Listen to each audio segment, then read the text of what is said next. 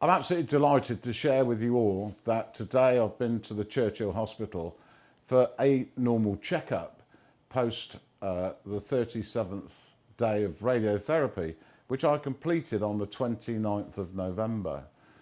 The good news is that as we stand at the moment, the prostate cancer has gone. However, we will be monitoring the situation, firstly every 3 months, and then every 6 months, and then all being well every 12 months. I think that the message is that although I had the blood test and I was diagnosed with very aggressive prostate cancer on the 19th of May, finishing my radiotherapy course on the 29th of November, and being in a situation today where I'm cleared.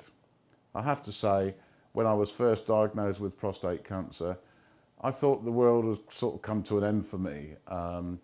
And I've now proven to everybody, being as public as I've been, that, you know, life is not over. Life is beginning, because it's given me renewed strength to be able to tell my story and to continue the story.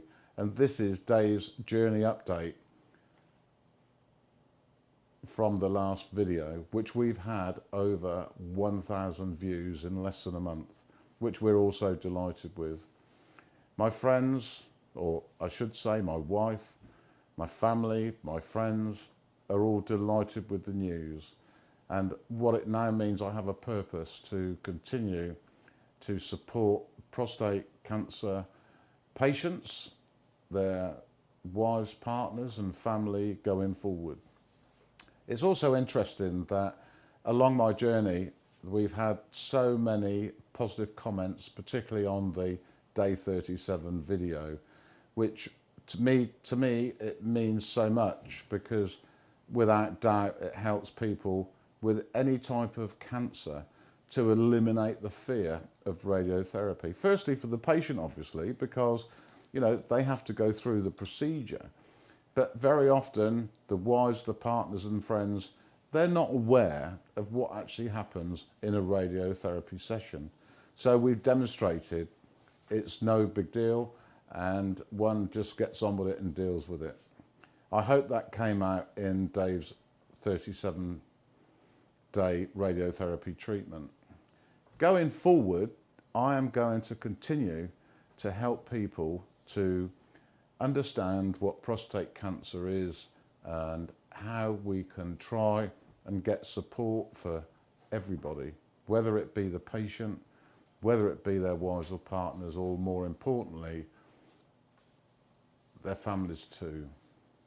So with that in mind, I've been invited to meet MPs in Parliament with the prostate cancer charity on the 13th and 14th of March, where we hope we will lobby MPs to consider the position in the current time regarding prostate cancer with the government, because unfortunately men are not screened, and they should be, in my opinion, particularly if they're over 50. Also, if they have any prostate situations within their families, whether it be their father, their grandfather, they need to be more closely monitored, because it can be very much hereditary. So when we talk to the government, we want to talk about various issues. We do need help and support for the prostate cancer patients, as well as their families in particular. On top of that, so what that really means is help with support groups. In my case, the Churchill Hospital in Oxford, I highly recommend, is the wrong word. They have all been, the staff, tremendously magnificent in my journey.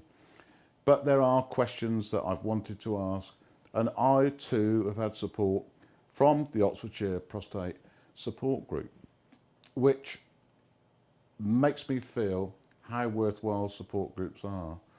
We need the government to recognise this. We need charities to recognise that support groups need funding, because the way in which the NHS system works, there's only so much time they can give to each individual patient. So a support group will be able to help those people which are patients of prostate cancer in all different areas. Everybody is different. People have different types of prostate cancer. In my case, it was spread outside the prostate, and I've already mentioned that surgical operation to remove the prostate was not even on the agenda. And I was able to talk to other people. The other point on the agenda for prostate cancer with the MPs is to talk to them about the end-of-life drug abiraterone, which at the moment has been stopped by NICE. This is extremely unfortunate. It gives an opportunity for people at their end of life, when no more further treatment could be done, to take advantage of taking the abiraterone drug. It is expensive, but having said that, it does give them more quality of life. We do know Wales is already given the approval for everybody in Wales that needs abiraterone to take abiraterone. So I don't really understand why in the UK, you know, whether it's Scotland or England, that we cannot get the government to approve that treatment. What people don't realise is that nearly as many men die of prostate cancer as women die of breast cancer. And men are rubbish, really, at telling their story. And it is really interesting, the fact that the women are screened for both breast cancer and cervical cancer, but men are left out. My message really is to all men: get checked, particularly if you're over 50. It's a simple blood test. That's what happened to me. I had no symptoms whatsoever. And as my cancer had spread outside the prostate, if I hadn't have had that, I may be in a situation in 6 or 12 months' time, even from now, where I'd be in a desperate situation, and I'd be looking for something like abiraterone just to see my last few days, few weeks, few months out. So, you know, abiraterone is particularly important. I think some other key messages I'd like to share with you is that 1 in 2 men will suffer a prostate disease in their lifetime. 37,000 men a year are diagnosed with prostate cancer. That is a scary number. There are 250,000 people at this present time living with prostate cancer, which is affecting not only them, is affecting their wives and their family and friends.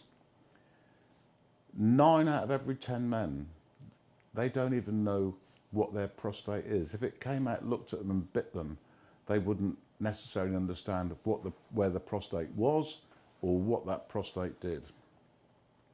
It's very important that we really buy into being aware of prostate cancer, the silent killer. 10,000 men a year die of prostate cancer in the UK. In fact, in Oxfordshire, that number is 100 men die of prostate cancer.